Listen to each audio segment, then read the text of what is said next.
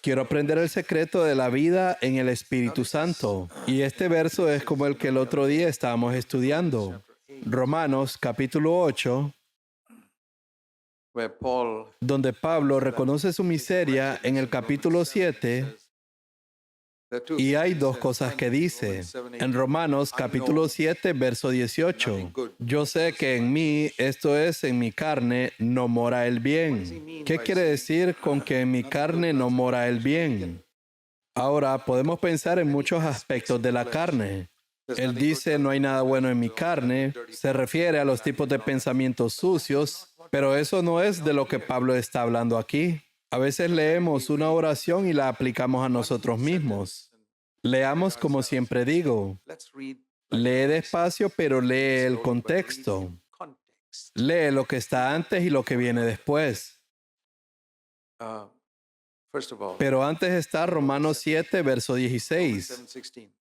Y si lo que no quiero, esto hago, apruebo que la ley es buena. Esto significa que las normas de Dios son las mejores para mí, pero en mi carne no habita nada bueno. En el verso 18, no trata de los pensamientos sucios o el lenguaje incorrecto, porque esto lo está viviendo en la carne. Él dice, deseo vivir esta vida, pero no puedo hacerlo. El deseo está presente, pero él no puede hacerlo. Por eso es que dice que no hay nada bueno en mi carne. No está hablando de pensamientos sucios o de palabras deshonestas. Él se siente miserable, porque él en la carne quiere hacer algo, pero no puede hacerlo. De nuevo, quiere hacer algo, pero no puede. ¿Ahora entiendes lo que quiere decir este versículo? En mi carne no mora el bien. Quiero hacer lo bueno, pero no puedo hacerlo. Y Pablo dijo que es su primera confesión. Luego continúa diciendo el versículo 24, él estaba muy preocupado por esta situación. Miserable de mí. ¿Quién me librará de este cuerpo de muerte? ¿Quién me sacará de esta miseria? Gracias a Dios por nuestro Señor Jesucristo.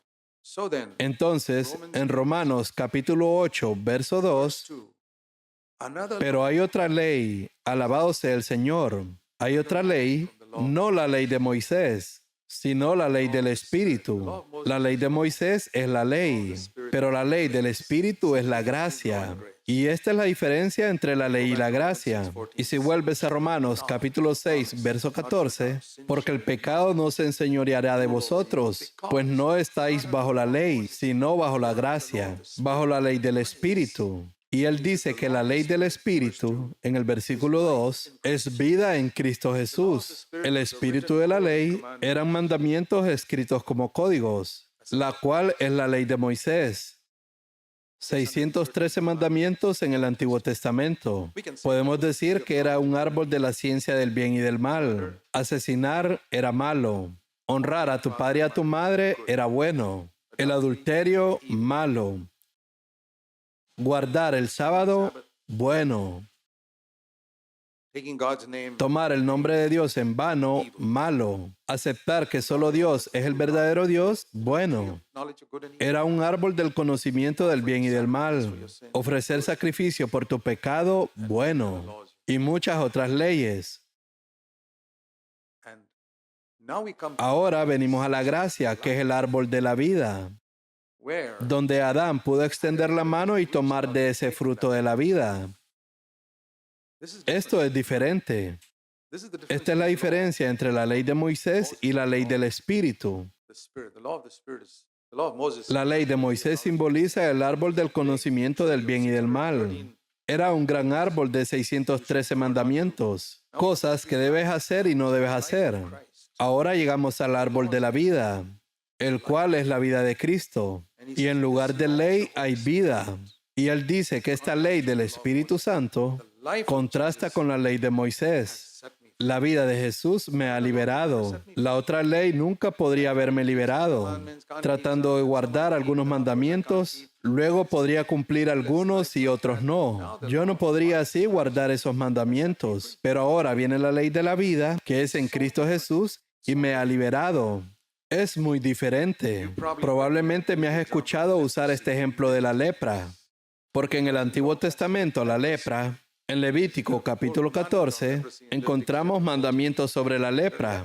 La lepra era una imagen del pecado en el Antiguo Testamento. Esta enfermedad en el Antiguo Testamento caracterizaba el pecado. Entonces, había leyes para los leprosos en el Antiguo Testamento.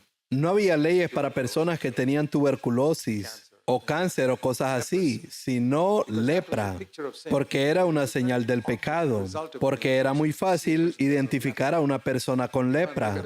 Hoy no puedes mirar a un hombre y decir, él tiene cáncer o tuberculosis, pero con la lepra era obvio. Entonces la lepra era una imagen del pecado, y me has escuchado usar esta ilustración. Y me gusta usarla porque me ayuda a explicar lo que estoy diciendo.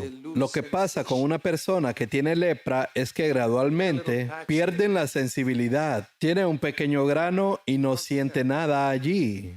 Lo tocas y no siente nada. La sensibilidad se ha ido. Y lo que pasa con la lepra, como el pecado, es que se propaga. No se queda ahí. Empieza a regarse por todas partes. No sabes qué es lepra hasta que te carcome la nariz. No tienes sensibilidad y debido a eso te puedes rascar y te puedes lastimar y no puedes hacer nada al respecto. Es como este otro ejemplo que me has escuchado decir acerca de aquel leproso que estaba durmiendo y al día siguiente en la mañana se dio cuenta que le faltaban los dedos del pie porque una rata se los había comido. No sintió nada. Así de grave puede ser la falta de sensibilidad. Por eso el dolor es la mayor bendición del cuerpo, porque si algo te duele, eso significa que algo anda mal. El cuerpo te dice si es un mosquito o hay una rata que quiere morderte. Sentir el dolor es una bendición. Entonces, un leproso pierde la sensibilidad.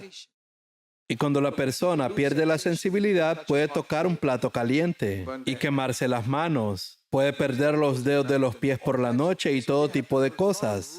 Las personas leprosas tienen que seguir muchas reglas. Cuando tú ves una estufa caliente, no la tocas. Verifica si está encendida o no. Y cuando te vas a acostar en la noche, revisas tus pies, que todo esté limpio y no hayan espinas allí. ¿Cuántos de nosotros revisamos nuestros pies en la noche? Si hay espinas, ¿dónde los vamos a poner? Nadie, porque no es necesario. ¿Sabes por qué? Porque tienes vida en los pies. Ese pobre leproso no tiene vida en los pies. Y como no tiene vida en los pies, necesita una ley. Una que le dice, revisa tus pies. A ver si no tienes una espina que se te clavó de repente caminando en el día. Entonces, él tiene que revisar sus pies, a ver si no tiene espinas. ¿Ven la diferencia entre la ley y la ley de la vida? La ley es una lucha. Siempre tienes que revisar. Como no tengo sensibilidad para no hacerme daño.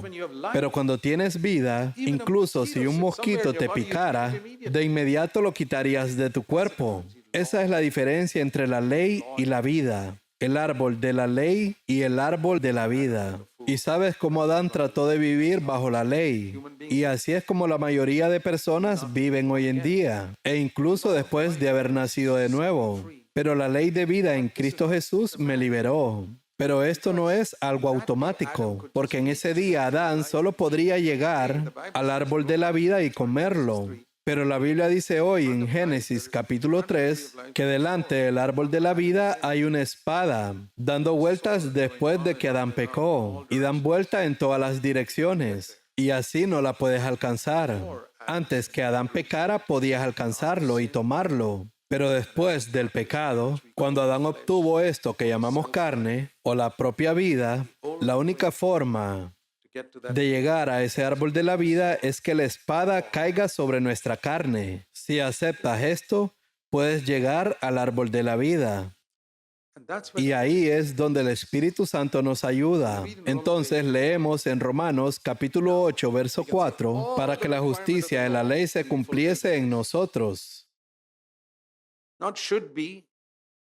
No debe ser otra vez como un mandamiento, sino que dice, para que la justicia de la ley se cumpliese en nosotros. Y aquí está nuestra parte, que no andamos conforme a la carne, sino conforme al Espíritu. Entonces, en otras palabras, no estamos hablando de una vida automática.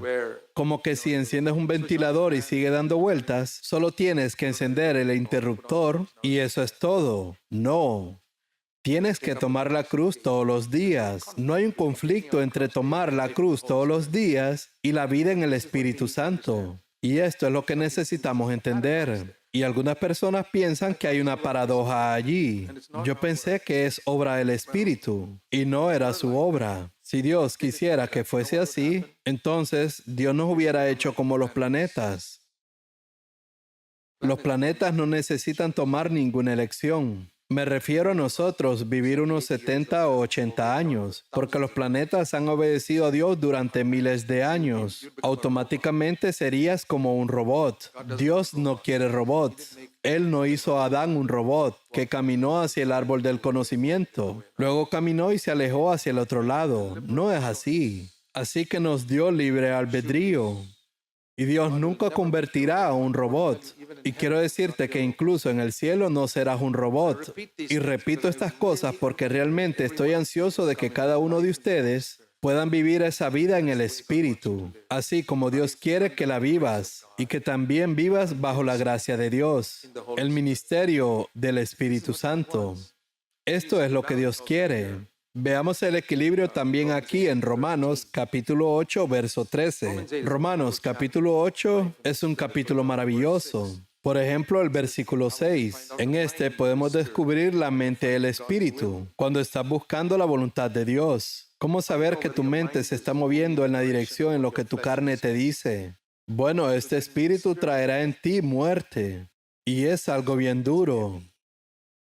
Pero cuando tu mente está puesta en el Espíritu, hay vida y paz en tu corazón. En otras palabras, hay un aumento de vida y paz cuando estás considerando algo. Por ejemplo, cuando estás considerando casarte con alguien, quiero decir que puede venir la carne y decirte, mira a ver si es una chica bonita o es un hombre rico. No estoy hablando de eso. Si quieres conocer la mente del Espíritu, tienes que entregar todos esos deseos y decir, Señor, elegiré a quien tú quieras para mí. Pero y si caminas en el Espíritu, Él te lo va a decir y de ti va a resurgir vida y paz. Y hay algo que todos los que están creciendo en la vida cristiana deben desarrollar porque un día Dios los va a llamar a liderazgo. O tal vez no seas un líder en tu iglesia, pero un día serás madre y serás un líder de tus hijos. Sí, incluso las mujeres son líderes de sus hijos. La madre de Timoteo fue la líder de Timoteo y lo convirtió en un hombre de Dios. Pero sabes que necesitas ser como un líder. Aún para las necesidades que tienes, necesitas tener discernimiento. Te diré que después de 40 años de ser un anciano, estoy absolutamente convencido que más que la habilidad de predicar es el discernimiento. Porque si no tienes discernimiento, no podrás evaluar a las personas, no podrás delegar responsabilidad a las personas. Es por medio del discernimiento que mandamos a las personas. Es por el discernimiento que nombramos ancianos. Es por medio del discernimiento que disciplinamos a las personas. Y ese discernimiento fluye cuando caminas en el Espíritu. El discernimiento te da paz acerca de alguien o dudas acerca de alguien. O en el matrimonio, incluso considerando un trabajo o tantas situaciones. Esta es una guía de vida del Espíritu Santo en el versículo 6. Y luego el versículo 13. Incluso una persona que ha llegado hasta aquí, Romanos capítulo 8, verso 2, la ley del Espíritu es vida. Me ha librado de la vida de la ley del pecado y la muerte puede volver atrás. En el versículo 13, para vivir según la carne. Eso puede suceder en cualquier momento, porque tomar la cruz no es solo un evento de una sola vez. Tienes que seguir viniendo al árbol de la vida todos los días, y todos los días esa espada tiene que caer sobre tu propia vida, sobre tu propia carne. Por eso Jesús dijo, tienes que tomar la cruz todos los días. Pero es algo en lo que te deleitas. ¿Puedes deleitarte con la espada cuando cae en tu propia vida? Sí. Déjame darte una ilustración. ¿Tú te deleitarías en tirar la basura en tu cocina? En la mañana viene el camión de basura y tú dices, oye, aquí está la basura. ¿Disfrutas esto? Así es la misma delicia que tendrás cuando veas que tu carne está llena de basura. Ese es el mismo deleite. No dirás, oh, tengo que tirar esta preciosa basura. No.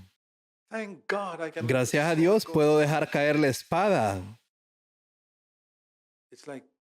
Es como cortar algo malvado. Hay deleite en eso.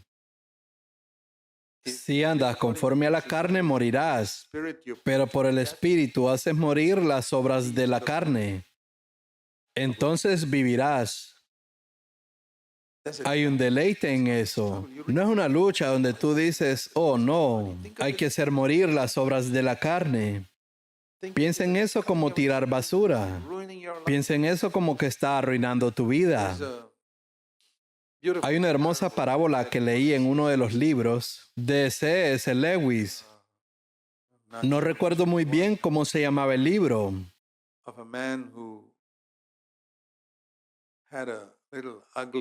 Trata de un hombre que tenía un pequeño y feo camaleón sentado en su hombro. Es algo que pasaba en su vida. Y había un ángel enfrente del hombre.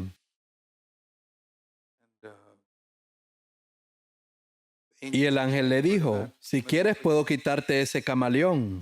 Y el camaleón le decía al hombre, no, no, no, dile que no. No dejes que me lleve, prometo que me comportaré bien. Perdón por lo malo que me he comportado, pero me comportaré bien. El hombre ha tenido esa mascota durante mucho tiempo. Entonces está en dos pensamientos. ¿Sabes? Como cuando tienes dos pensamientos en tu mente. Te sientes tentado a hacer lo malo y por otra parte a hacer lo bueno. Y no sabes si hacer esto o lo otro. ¿Te ha pasado cuando tú sabes que tienes que dejar el enojo o ese pensamiento lujurioso? O que tienes que dejar ese deseo de ser implacable o celoso. Sabes que tenemos que dejar todas esas cosas terribles, pero hay algo en la carne que te dice, espérate, me portaré bien la próxima vez. La carne es mentirosa, así que él se lo queda y lo deja ahí y su vida es miserable.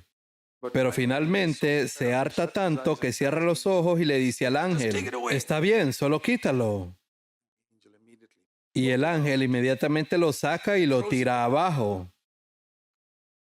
Y el camaleón se convierte en un hermoso caballo blanco. Y el ángel le dice, ahora ya no tienes que caminar, ahora puedes montar ese hermoso caballo. Entonces el hombre se da cuenta y dice, wow, lo que me perdí por muchos años. Lo pensé demasiado. Por mucho tiempo solo lo acaricié y quería que estuviera ahí. ¿Saben lo que se están perdiendo, hermanos y hermanas? ¿Saben lo que se están perdiendo por tocar y acariciar esa ira, esos pensamientos lujuriosos, ver esa pornografía? Y sé que te dan placer, así como ese camaleón le daba placer a ese hombre. Y él siempre susurra, no lo haré de nuevo. ¿Alguna vez te ha pasado que el pecado te dice, no, no lo volveré a hacer? Esta será la última vez. ¿Qué es lo que nos falta? Vivir en el Espíritu Santo. Esta es una hermosa parábola. Entonces el hombre montó el caballo y dice, he estado luchando todos estos años caminando y ahora me siento libre. Ya no estoy cansado. El caballo me lleva a muchos lugares. Esta es la vida que Dios nos está llamando a vivir. Dios es bueno. Todo lo que Dios planea para nosotros es lo mejor. Y más cuando dice, haz morir tu carne. Esto es porque obtendrás algo mucho mejor a cambio. Siempre tomando en cuenta nuestro cuerpo. Ahora vamos a ir a 2 Corintios. Esta es la vida en el Espíritu Santo. 2 Corintios, capítulo 4, en el verso 10. Pablo había venido a esta vida, no estaba leyendo un verso, estaba dando un testimonio. Recuerden que ahorita estamos leyendo un verso, pero Pablo no estaba citando un verso. Él estaba dando su testimonio, y esto debe volverse nuestro testimonio también. Siempre. Esto es día a día. En Lucas capítulo 9, verso 23 dice, toma tu cruz todos los días, pero quiere decir todo el día, no solamente una vez al día. Por eso dice, llevando en el cuerpo siempre, por todas partes, la muerte de Jesús. ¿Qué es la muerte de Jesús? ¿Sabes que los médicos también llaman a la lepra la enfermedad de Hanses? ¿Por qué se llama la enfermedad de Hanses? Porque hay un tipo noruego llamado Hans Hanses. Él descubrió por primera vez esta bacteria, o lo que sea que se le llamó, no conozco el término médico, que causa la lepra. Así que se llamó la enfermedad de Hanses, porque él descubrió eso. Así que la muerte de Jesús, ¿qué significa? Eso es lo que hizo primero. Él tenía voluntad propia cuando vino a la tierra. Él dijo en Juan capítulo 6, verso 38, vine del cielo para nunca hacer mi propia voluntad, sino para hacer la voluntad del que me envió. También podría haber dicho, en el cielo yo siempre hice mi propia voluntad, porque mi voluntad era una con el Padre, pero ahora tomé un cuerpo, del cuerpo de María, que es la simiente de Adán, y no tenía abuelo porque no tenía padre terrenal, fue engendrado por el Espíritu Santo, el cual lo hizo nacer, pero él tenía una voluntad, pero él no pecó. Si él hacía su voluntad, eso se convertiría en pecado. Pero nunca lo hizo, siempre la hizo morir. Y a eso es lo que se llama la muerte de Jesús, porque es la primera persona en la historia de la raza humana que lo hizo consistentemente a lo largo de su vida. Y por eso se llama la muerte de Jesús, y lo hizo a lo largo de su vida.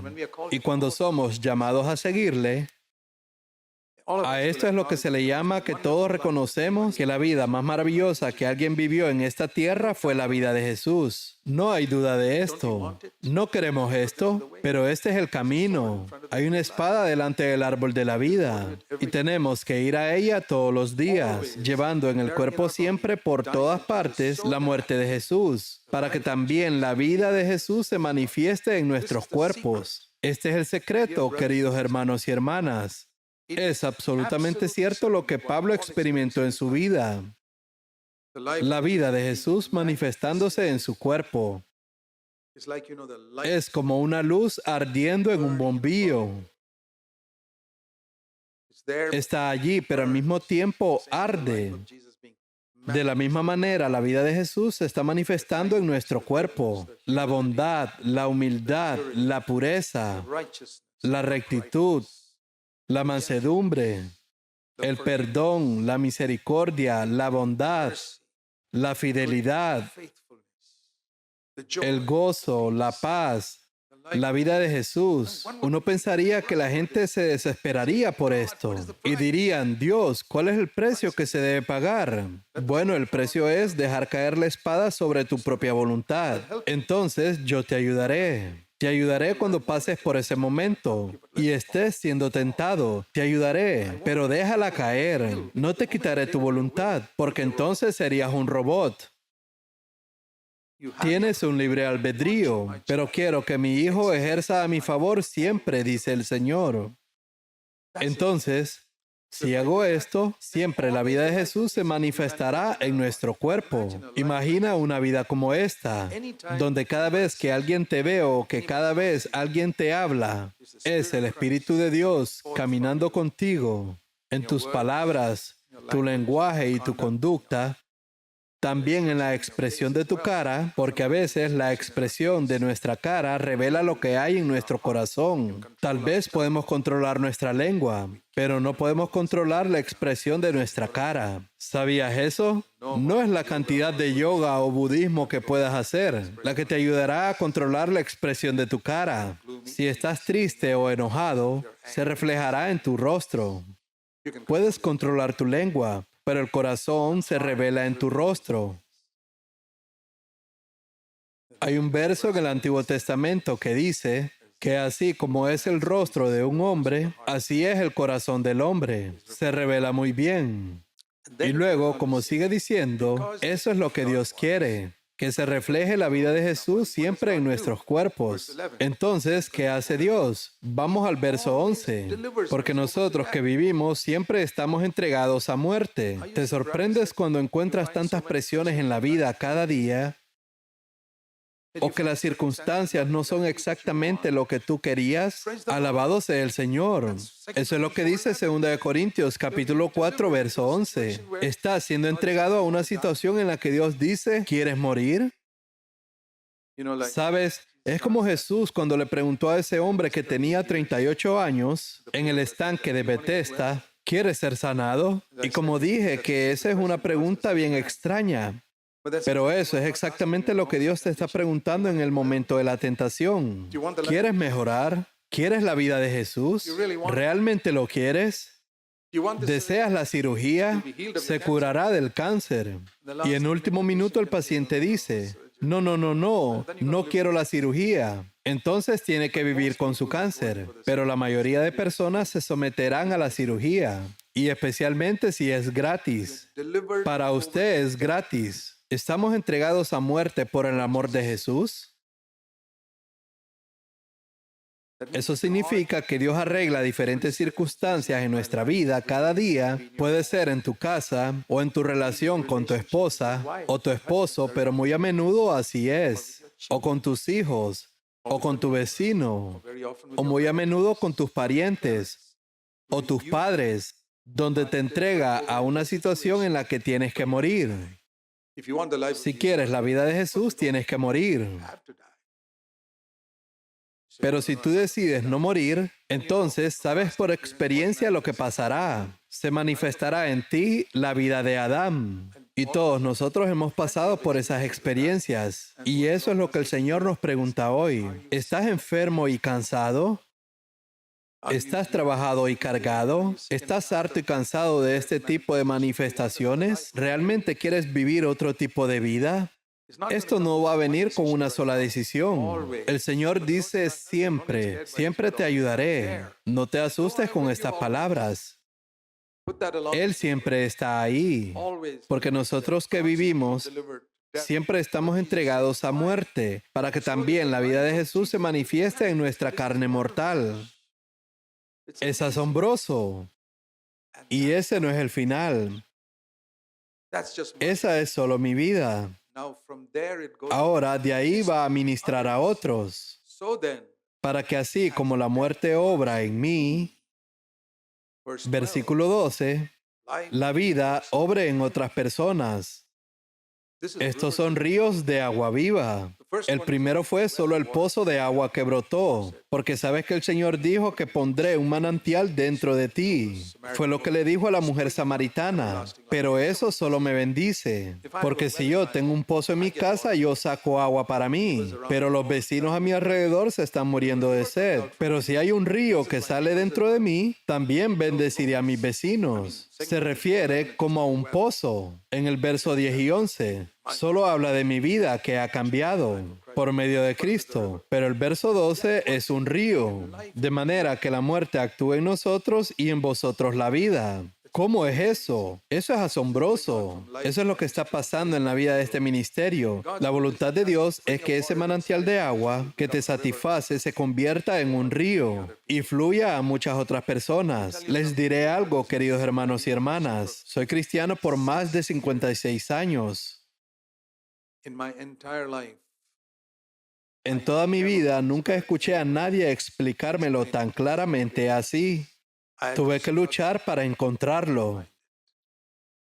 Pero cambió mi vida cuando lo encontré. Y como lo encontré, lo valoro mucho. Porque tuve que luchar y luchar durante muchos años para conseguirlo. ¿Sabes? ¿Te imaginas que alguien te dé un regalo muy caro y tú no lo valoras? Pero si trabajas duro durante 30 años para conseguirlo, lo valorarás. Y esa es la tragedia con mucha gente en nuestra iglesia. Estamos obteniendo todo gratuitamente e invariablemente no valoramos lo que obtenemos gratis. Entonces, ¿es así realmente? ¿Quieres esta vida? Si la anhelas y estás harto y cansado de esta vida derrotada, entonces dices, Señor, yo quiero vivir esta vida.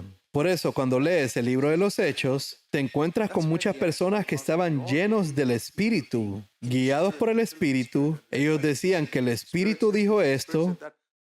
¿Cómo llegaron a esa vida? Porque siempre vivieron de esta manera. Por eso es que Pablo dice en el libro de Filipenses, en el capítulo 3, ya al final de su vida, dice, en Filipenses, dice en el versículo 10, a fin de conocerle y el poder de su resurrección, y al participar de sus padecimientos, llegando a ser semejante a Él en su muerte. ¿Ves cómo sale ahí también? Él dice, quiero ser conforme a su muerte para poder tener el poder de su resurrección, porque cada vez que muera, seré levantado de entre los muertos.